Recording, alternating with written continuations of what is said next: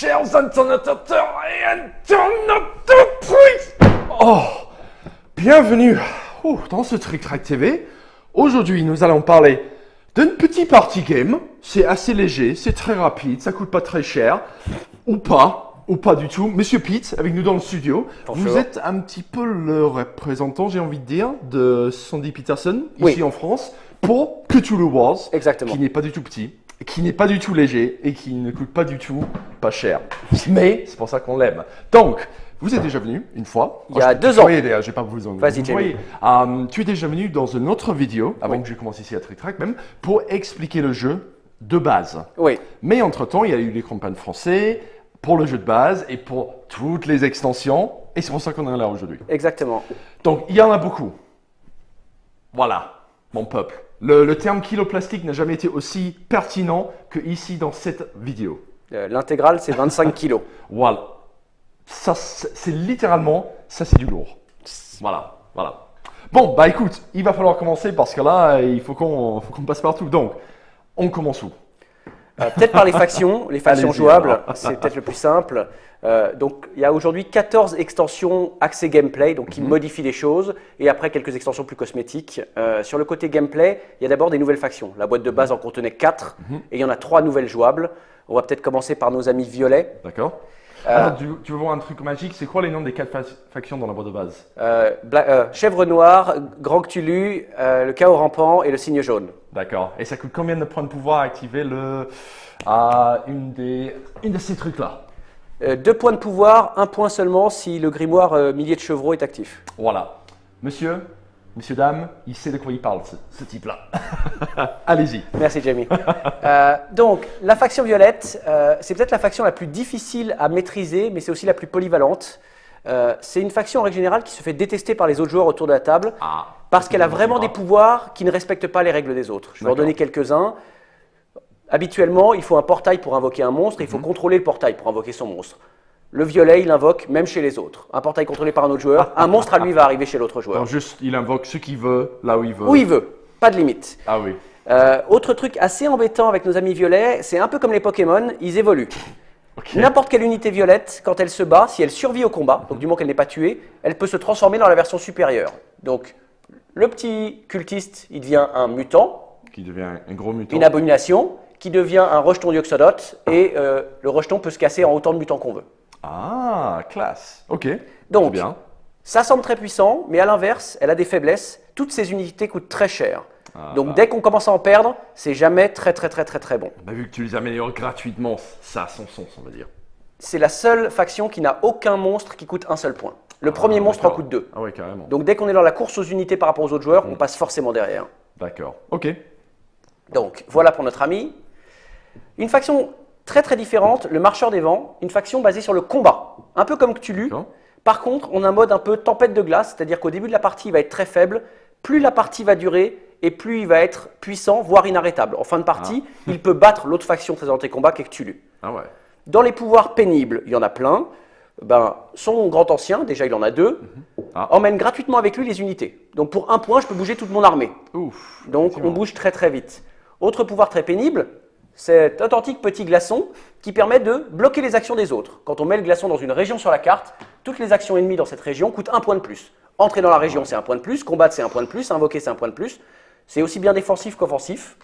Et ça, tu fais comme tu veux? Ça Ou coûte 1 point. ça C'est coûte une un action. point? Pour 1 point, je mets le glaçon où je veux sur la carte. Mais une seule fois. Oui, mais si je repaye, je peux le redéplacer. Ça marche. Ouais. Lui aussi, l'autre grand ancien, il est indestructible. Ok. Dès qu'il prend soit une blessure, soit un coup mortel, on paye 1 point pour annuler l'effet de la blessure ou du coup Donc il faut mortel. quand même payer. Mais un seul point. Un seul point. D'accord. Donc ça évite de perdre ses figurines. Dans les rigolos aussi, eux aussi, les petits Gnopkes sont assez pénibles puisque quand ils meurent, ils emmènent avec eux une unité ennemie.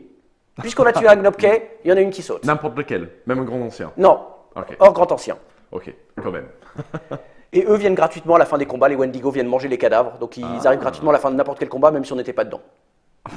Pratique. Voilà, Pratique. donc encore une faction donc vraiment basée sur le combat, vraiment offensive. La dernière jouable, tout le contraire, le dormeur, sa spécialité c'est de ne rien faire.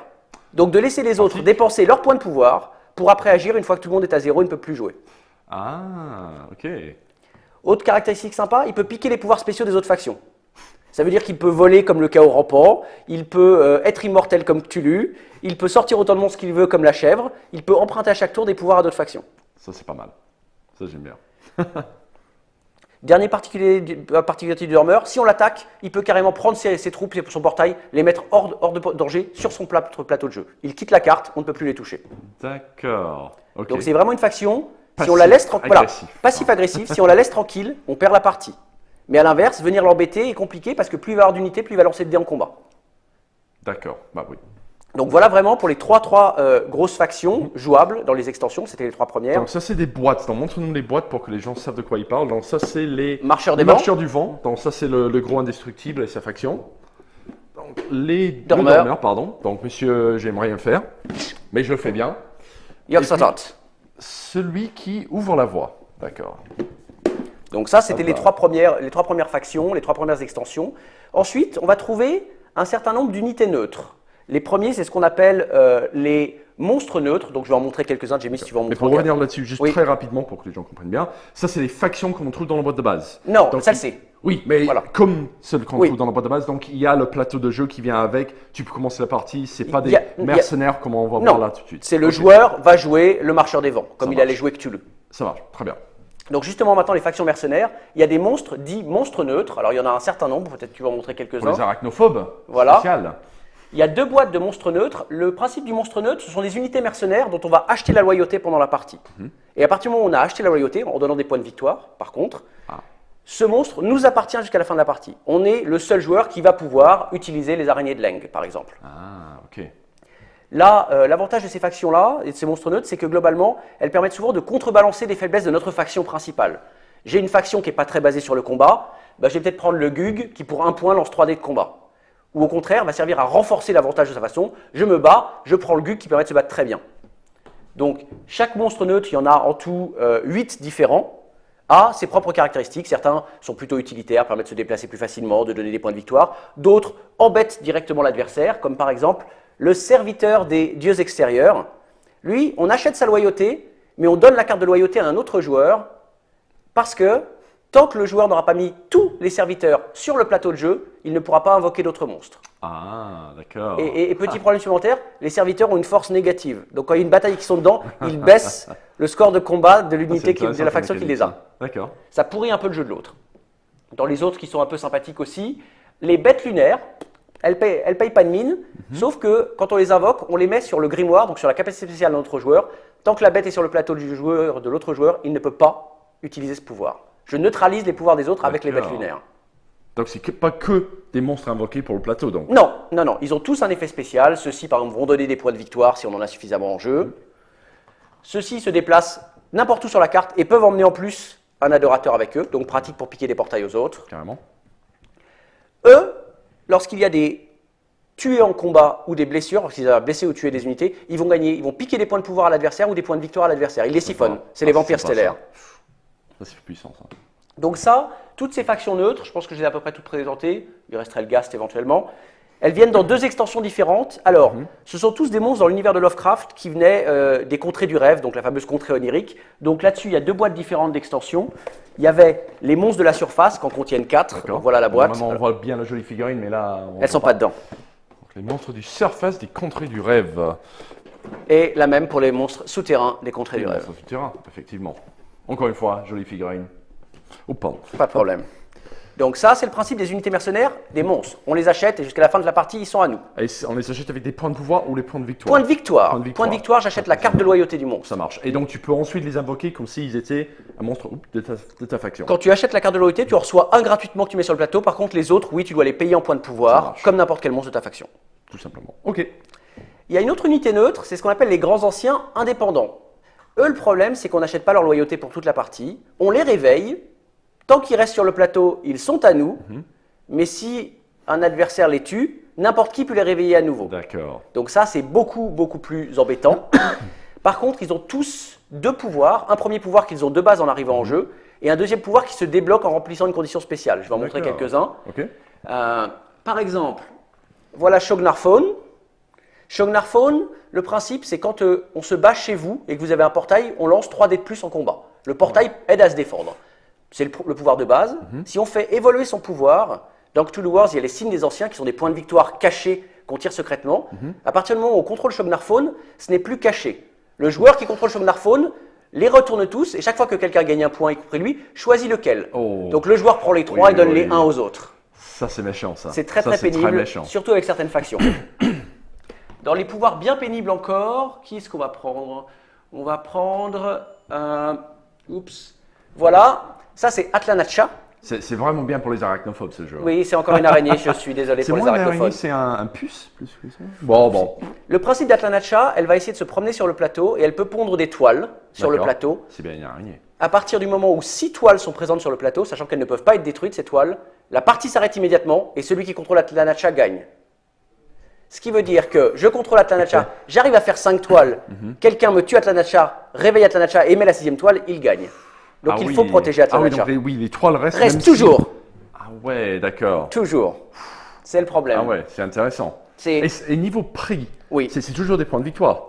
Oui, non, c'est des points de pouvoir pour les réveiller. D'accord. Mais il faut déjà avoir son propre grand ancien aussi réveillé. Ah, petite nuance. Oui, il faut que son grand ancien soit en jeu. Son grand ancien, payer des points de pouvoir pour réveiller notre grand ancien. Mais j'imagine qu'ils sont très chers au niveau points de pouvoir. Non, au contraire.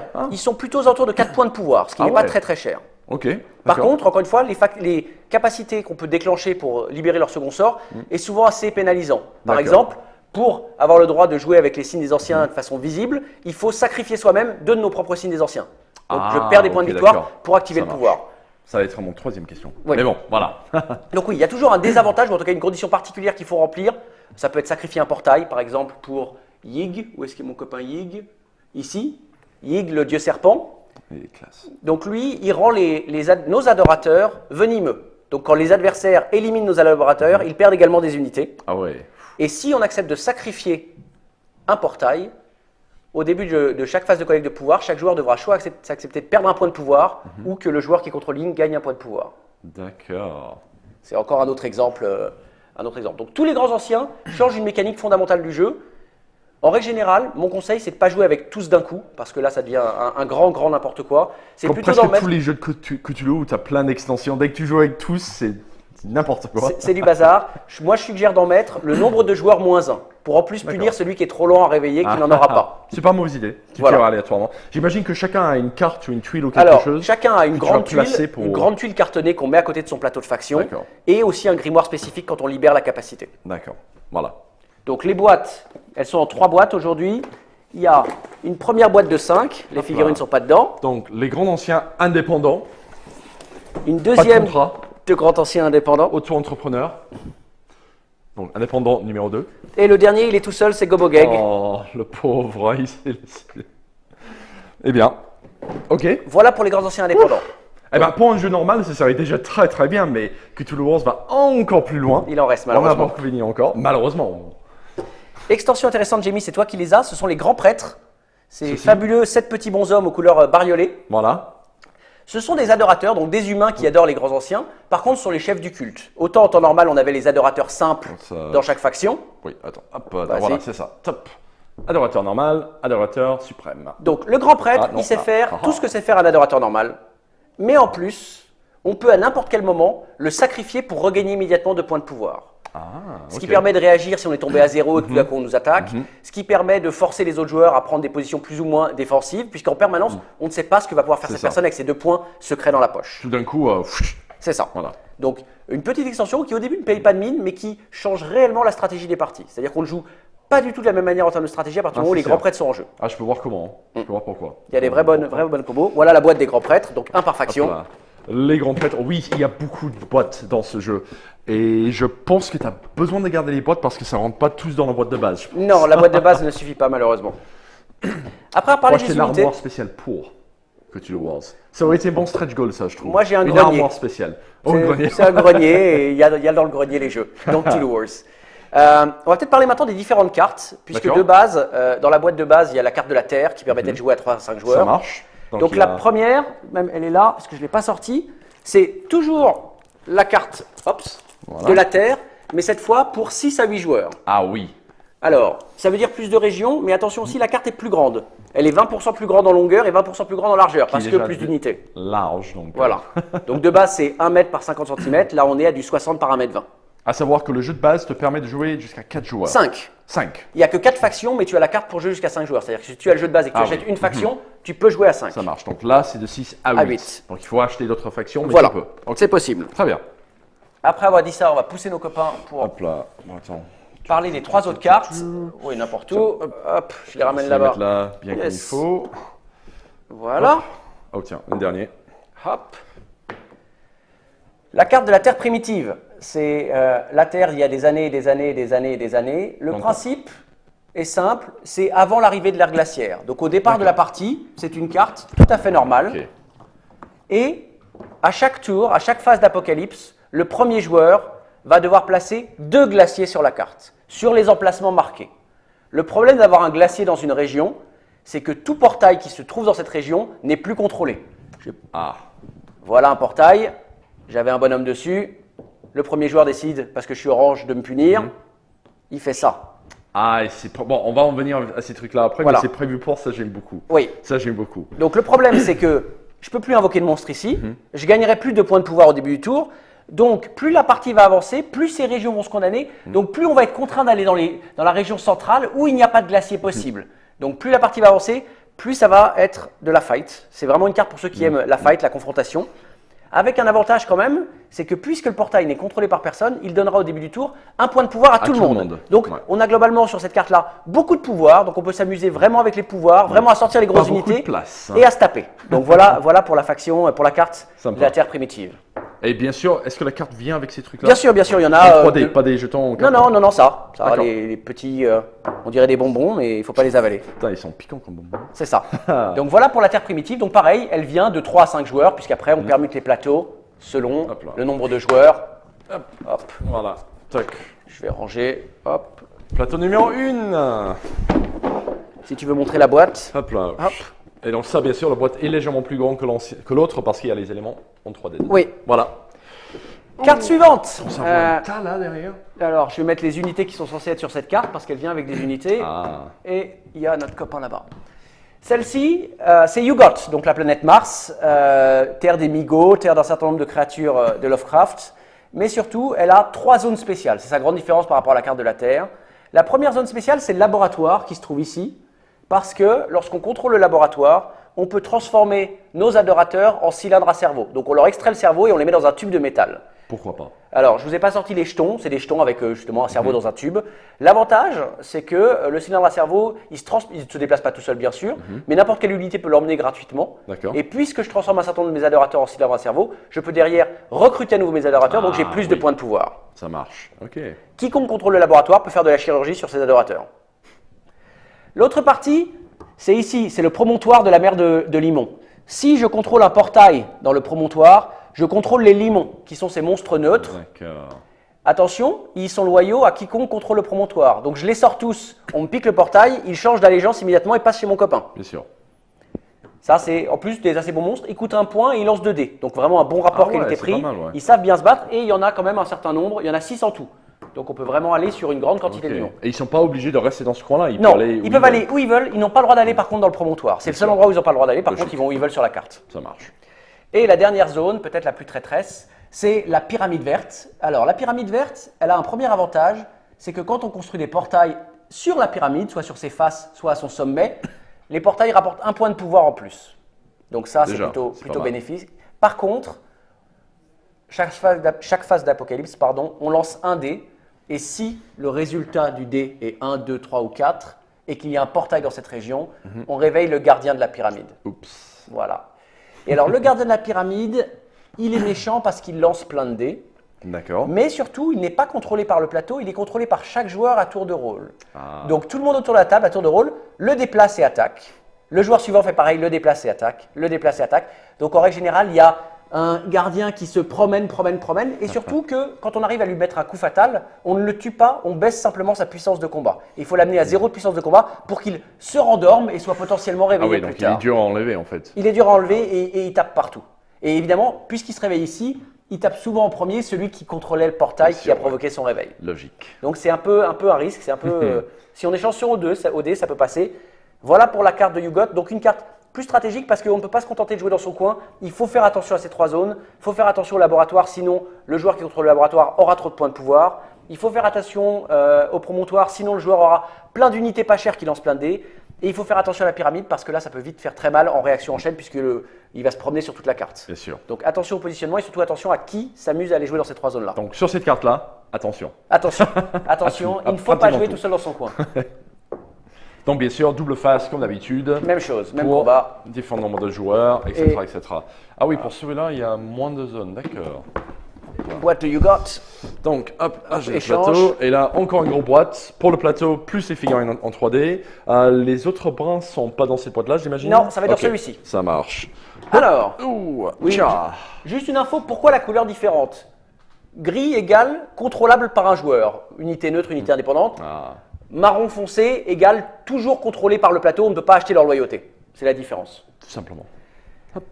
Alors, les contrées du rêve. Alors justement, on n'est pas obligé de les coller celles-ci puisque ce sont deux ok. plateaux séparés. Ah, Il y a ici la d'accord. surface des contrées du rêve et là il y a le monde souterrain des contrées du rêve. Très bien. Sachant que les deux plateaux communiquent par des tunnels, c'est les fameuses lettres sur la carte. Ici en A, je peux me rendre, je suis adjacent au A qui est là-haut.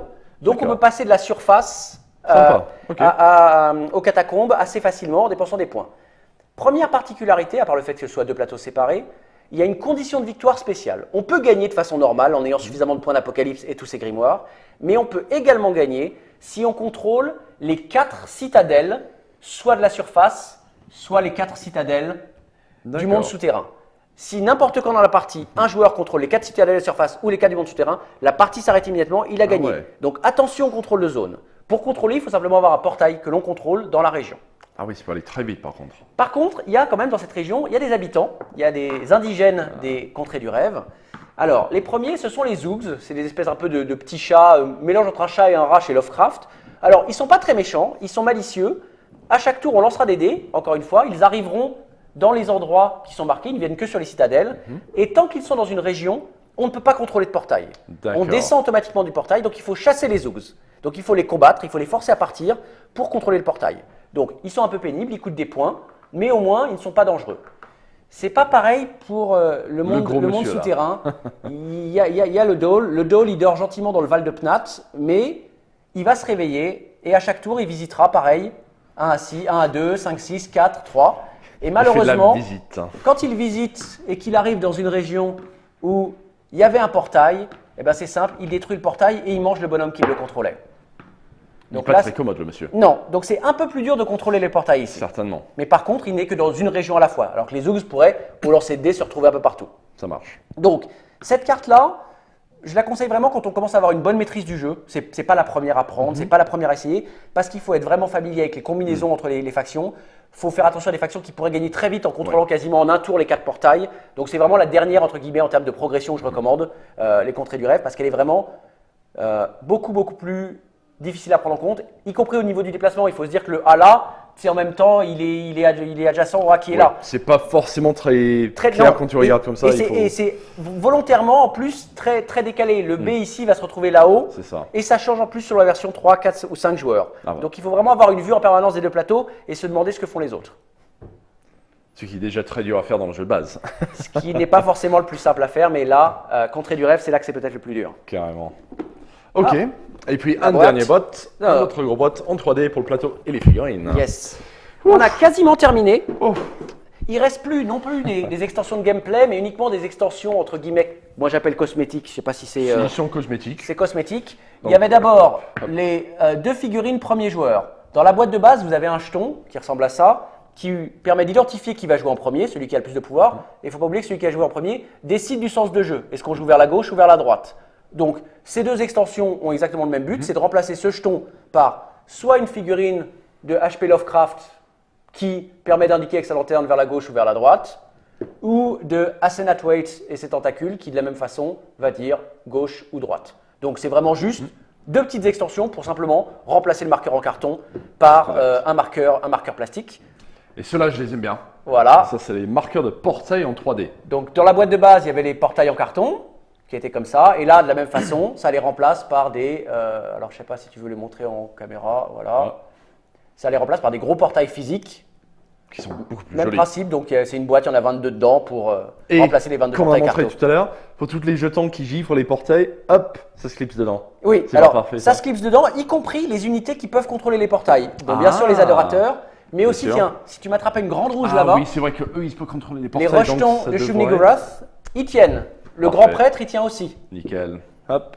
Donc voilà, là C'est encore, bien pensé, ça. c'est très bien juste pensé. remplacer vos portails en carton par des portails en plastique. Tout simplement. Ça Et les t'en rend as 6 visibles. dans une boîte, c'est ça? Non, non, c'est une boîte de 22. C'est une grosse Ah boîte oui, de quand 22 même. portails. Ah oui, on a C'est- du portail là. Il y a 22 portails en carton dans la boîte de base, ça D'accord. remplace chaque Je suis portail en en train de carton. me dire que si c'était un peu short, mais. Non, il y en a 22. Parfait. Globalement, Ok. on arrive peu à la fin. Et puis, bien sûr, Voilà, les il dés. y a, parce qu'on peut pas avoir un jeu de figurines sans des dés. Voilà les dés. Donc Ils les sont très dés, jolis d'ailleurs. ils remplacent les 1, 2, 3 par des faces blanches, c'est-à-dire j'ai raté. Ils mettent des griffures pour les blessures et ils mettent une petite tête de mort un peu cthulhuesque pour les coups mortels. Ça permet surtout de rendre les combats plus lisibles parce que quand on lance, certains, il y a des combats à 20, 22, 24 dés Ouais. et qu'on commence après à trier. Alors 1, 2, 3, je mets là, C'est ça. 4, 5, je mets Là, là. on Tandis voit que là, on juste fait que c'est les graphiquement. vides. Il y a trois Nickel. formats différents, 3 icônes, donc on trie beaucoup plus rapidement ces icônes. Voilà les 14 extensions de Cthulhu Wars et les 3 extensions cosmétiques. Alors, 14 extensions, mais le jeu à quoi? Il y a 1 an, 2 ans? Le jeu en France, il est arrivé, la version française est enfin arrivée chez les backers et dans le commerce, les quelques boîtes qui sont arrivées jusqu'au commerce, il y a maintenant fin mars, D'accord. donc 2 Ah ouais. mois. Mhm. 2 mois. Il y avait eu, donc en termes de volume, il y avait eu un tirage de 1000 boîtes de base, sachant qu'il y avait 500 boîtes pour les backers et 500 boîtes pour les boutiques. Et eux, ils sont partis très vite apparemment. Ils sont partis beaucoup plus vite que on pensait l'espérance, parce qu'encore une fois, c'est un jeu, on l'a dit, c'est un jeu qui est pas très accessible en termes de prix. Oui, c'est son petit défaut, mais t'en as. Donc, T'en as pour ton matos. il y avait peut-être aussi un peu se dire, j'en prends quelques boîtes parce que c'est comme un produit atypique. Des jeux dans le commerce à 170 €, il n'y en a pas beaucoup, je pense. Non. Je pense que Cthulhu Wars, en tout cas, Retail doit être un des seuls, à part peut-être des méga civilisations ou autres. Mais, Ouais, à part vraiment les jeux éditions spéciales ou les jeux de figurines pur et dur, mais à part ça. mais la bonne nouvelle, c'est que justement, comme il y a eu du succès et comme les backers, mais aussi surtout les clients qui ont juste pu avoir accès à la boîte de base, parce que les extensions étaient réservées à ceux qui avaient fait le Kickstarter en 2014. D'accord. Donc, il y a eu une demande assez forte auprès de notre partenaire Ludic Bay. Et donc, Ludic Bay décide là de relancer juridiquement fin mai D'accord. une nouvelle campagne participative pour, cette fois, financer le jeu de base et les extensions pour le retail et ceux qui le voudront. Très bien. Donc, pour confirmer, par contre, Oui. les extensions sont actuellement disponibles ou pas? Alors, les extensions VF, non. Non, Les d'accord. VF aujourd'hui, elles ne sont qu'entre les mains des gens qui avaient backé Ok, le voilà. Kickstarter. Très bien. Donc, ce que tu as là, c'est la version Kickstarter. Oui, Mais il y aura donc une prochaine campagne de financement donc, je participatif. pense la semaine prochaine, elle devrait commencer. D'accord. Pour ceux qui veulent récupérer toutes les extensions et la boîte de base en français. Et la boîte de base. Et donc se permettre de payer le rentrée en magasin des extensions. Également. Tout simplement. Ok, très bien. Et ça serait mis sur Peterson encore ou ça serait Ludic Bay qui Alors, va le donc, faire là, ou- donc là, c'est Ludic Bay qui fait cette campagne, puisque c'est pour la France. Moi, je les aide juste justement pour présenter les extensions, D'accord. parce que j'ai un petit peu d'expérience. Je pense que je leur filerai un coup de main sur la campagne elle-même. D'accord. Mais non, ça là, c'est Ludic Bay qui va commander à Peterson Game un reprint et qui veut financer son reprint D'accord. en passant par une campagne participative. Tout Parce simplement. qu'encore une fois, ils ont vu le succès, ils ne savent pas aujourd'hui la quantité qu'il faudrait derrière. Donc le participatif étant le meilleur moyen d'avoir le Ah volume oui, exact ça à c'est produire. sûr, ça c'est sûr. Donc, en parlant de prix, parce que bon, le jeu de base est à, rappelle-moi, Il était à 150 $ Uh-huh. et je pense que prix retail en France, il était à 169 donc, €, ça je c'est pense. ce très lourd de boîte, qui est vraiment très lourd. Hein. Bon, j'exagérais un petit peu au début de la vidéo, 5 mais il est kilos. vraiment très lourd. Donc, pas le porter partout. Yep, vaut mieux jouer chez soi avec ça. Donne-nous une petite idée des prix pour toutes ces extensions, alors, plus ou moins en général. J'ai pas encore les prix, j'ai Ah, pas encore ok. les prix de la future campagne. Si on est sur une parité euro-dollar, je peux vous donner les prix dollars et Allez-y, qu'avec la alors. TVA, ça reviendra à peu près au même. Voilà, donc c'est pas exact, ne vous attendez pas Voilà. à voir ça en magasin pour ces prix, mais c'est... Globalement, les Voilà. factions jouables, c'était autour de 50 $. Donc j'imagine qu'on va se retrouver avec 50 € pour entre 16 figurines, un plateau de jeu, les 6 grimoires et évidemment le livret de règles. Les cartes de mémoire, on était entre 40 et 45 $ pour donc chaque boîte de grosses cartes. Les monstres indépendants, donc il y avait 2 boîtes de monstres indépendants. On était sur du de mémoire 25 $, Ah ok, d'accord, c'est... peut-être c'est 30 bon, $ maximum. D'accord. Et les grands anciens indépendants, on devait être à 50 $ pour la boîte où il y en avait 5, on devait être à 40 pour la boîte où il y en avait 4, et on devait être quelque chose à 10 ou 12 $ pour la boîte où il n'y en avait qu'un. D'accord. Je me rends compte d'un truc, j'ai gardé une extension que j'ai oublié de présenter. C'est méchant, ça. J'ai gardé une boîte. C'est très justement, méchant, monsieur. Mais c'est la plus complexe. Ah. Donc, Ah. c'est pas dérangeant. Donc, allez, un petit Azathoth. retour. Donc, le fameux Azathoth. Azathoth. Pourquoi c'est une extension particulière? C'est une faction Qui n'est pas jouable directement par Ouais, les joueurs. Voilà. Parce qu'Azathoth, bon, peut-être tu veux faire la petite histoire, mais il n'est pas très gentil. Aucune des grands méchants n'est gentil, mais lui, c'est vraiment Le un démon autre sultan. niveau. Le démon Voilà. sultan et sa cour. Donc Azathoth, le principe, c'est que dans cette boîte, il y a à la fois un grand ancien indépendant comme les autres, Azathoth. Top. Voilà. Il y a, en plus, il a 4 monstres neutres qui lui sont propres. Donc pareil, on va acheter de la loyauté. Mais il a, et c'est ça ce qui rend entre guillemets, la difficulté stratégique, il a 6 grimoires, donc 6 nouvelles capacités neutres que n'importe quelle faction peut prendre. Au moment où on débloque un de ses pouvoirs, plutôt que de prendre un de nos propres pouvoirs, on peut prendre un de ceux d'Azathoth. Donc ça multiplie énormément le nombre de combinaisons possibles pour chaque faction, pour chaque situation, pour chaque pouvoir. C'est pour ça qu'en règle générale, c'est vraiment la faction que je conseille d'introduire en dernier, au moins ces grimoires-là, parce qu'il faut connaître le reste du jeu sur le bout des doigts. Forcément. Mais vraiment sur le bout des doigts. Chaque combo, chaque faction, chaque coup, chaque pouvoir. Forcément. Mais c'est quand même un mercenaire alors. Oui. Malgré le fait qu'il a, C'est ça. des tombes, etc. Mais il vient avec ses propres pouvoirs qu'on peut Ok, acheter. Ça marche. Et les propres sbires qui lui suivent aussi. Enfin, que tu peux en aussi loyauté, acheter. même chose. Très bien, très bien. Bon, est-ce qu'on a fait le tour Je pense qu'on a fait le tour. de 14 extensions. Jusqu'à Ça en fait une Onslaught masse. 2. Il faudra que je revienne pour Onslaught 2. Il y aura 7 nouvelles extensions à présenter. Mais elles ne sont pas encore là. Heureusement, déjà il va falloir du temps pour des gens qui ont tout ça. Je ne sais pas s'ils sont beaucoup à avoir toutes les extensions, mais pour tout Alors, jouer. l'intégrale, j'ai les nombres. Il y a 200 personnes en France qui ont pris l'intégrale pendant le Kickstarter Alors français. ça c'est 200 personnes très très braves, j'ai envie de dire. Plus un certain nombre de Français qui avaient pris la version originale aussi en complète. Bien sûr, d'accord. Mais ouais. Non mais j'ai pas mal Ils sont tâté 200. j'ai pas mal tâté le boîte de base qui est très amusant, qui est super sympa comme jeu, mais j'aime beaucoup ce jeu, ça me fait beaucoup penser à Chaos dans le Vieux Monde, ce genre de choses. Il y a vraiment une inspiration. J'adore, voilà. Donc de retrouver les nouvelles factions, les mercenaires aussi, des petites choses comme ça. Bon, je pense pas que tu es obligé de tout acheter Non. si tu ne veux pas, mais après ça me semble que bon, en dehors des factions qui sont une faction, donc ça ne change pas le jeu en gros, les nouvelles cartes, les mercenaires, ça par contre c'est toute autre chose. Oui. Ça aussi, j'ai l'impression que ça c'est vraiment, Alors, ça coûte combien la Grand, petite extension? Grand Prêtre, elle n'est pas très chère. Elle, Ouais. elle devait être à 12 ou 14 Ouais, $. parce que ça change beaucoup. De pouvoir avoir des points de pouvoir immédiatement veut. comme ça. Donc ça, c'est vraiment une extension pas chère à garder en tête Oui. si jamais vous voulez enrichir le jeu. Bon, ça, niveau esthétique, c'est top. Quoi. Il faut aimer, J'adore faut ça. aimer. Et puis les dés, parce que bon, c'est simple comme ça. Bon, bah écoute, je pense qu'on a plus ou moins fait le tour. Donc, allez, on va quand même rappeler. Ouf, fait un peu de muscu dans cette vidéo. Donc, c'est que tu le vois, c'est un jeu de Sandy Peterson. Yes. Qui est donc localisé par Ludibé, c'est Oui. ça. Donc tu es un représentant de Peterson. Peterson. De Peterson, Je voilà. suis son community manager.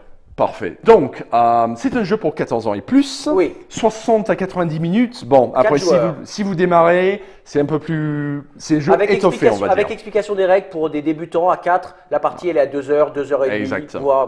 Voilà. Normalement pas plus de 2 heures et demie avec l'explication des règles. C'est ça. Donc, de 2 à 4 joueurs. Mais la carte permet de jouer à 5 si jamais Oui. tu veux ajouter directement. Les autres cartes, il y en a qui te permettent de jouer jusqu'à 8. C'est bien ça. Parfait. Prix, on a dit environ 150 € pour le jeu de base. Je pense, enfin, il avait été proposé pendant la campagne Kickstarter par Ludic Bay, donc en boutique à de mémoire 169 €. Donc je pense qu'on sera sur les mêmes prix. Alors peut-être avec un petit effort sur la campagne participative pour mettre plus bas. Normalement. Donc sans doute entre 150 et 170 €. J'ai Parfait. pas les chiffres aujourd'hui. Donc, et puis environ, bon, on va dire en moyen 50 pour les grosses extensions. Je peux dire combien coûtait l'intégrale. Tu veux vraiment faire peur aux gens? Il faut faire mal aux gens, il faut qu'ils Allez, parlent leur donc, banquier. combien coûte tout le contenu du jeu? L'intégrale coûtait en dollars 525 $. C'est autant quand tu vois la quantité, c'est moins que j'y pensais. Ça fait un prix au kilo peu cher. Oui, Parce que c'est vrai. 525 divisé par 25, ça fait un prix au kilo peu cher. Mais ça fait une vraie somme. Oui, c'est sûr, c'est un investissement, mais le jeu est là. Si tu aimes ce genre de jeu de stratégie, à la carte dans le vieux monde, ce genre de choses, et que tu aimes Cthulhu, forcément, et les gros figurines, c'est très bien. Franchement, c'est très bien. Donc, petit rappel, alors campagne financement participatif la semaine, vers la fin du mois. On peut à dire mon ça. avis, je pense semaine prochaine sur Ok, Ulule. d'accord. Sur Ulule, par contre, oui, pas sur puisque- Kickstarter. Puisque Ok, française, ce sera Ulule. Ça Puisque, marche. encore une fois, Ludic Bay qui organise et pas Peterson Game. ça marche, Donc sur Ulule, j'imagine que ça va être une campagne classique de 30 jours. tout simplement. Avec du stretch goal et Et tous les bonnes choses comme ça. voilà. Bon, bah écoute, Merci Pete d'être venu. Merci, Jamie. Merci à Sandy Peterson d'avoir fabriqué tout cet énorme jeu. Merci à vous d'avoir regardé. Donc gardez les yeux ouverts pour le campagne Ulule qui se lance dans les semaines ou deux à venir. Et on vous dira donc à la prochaine fois. Bon jeu, ciao.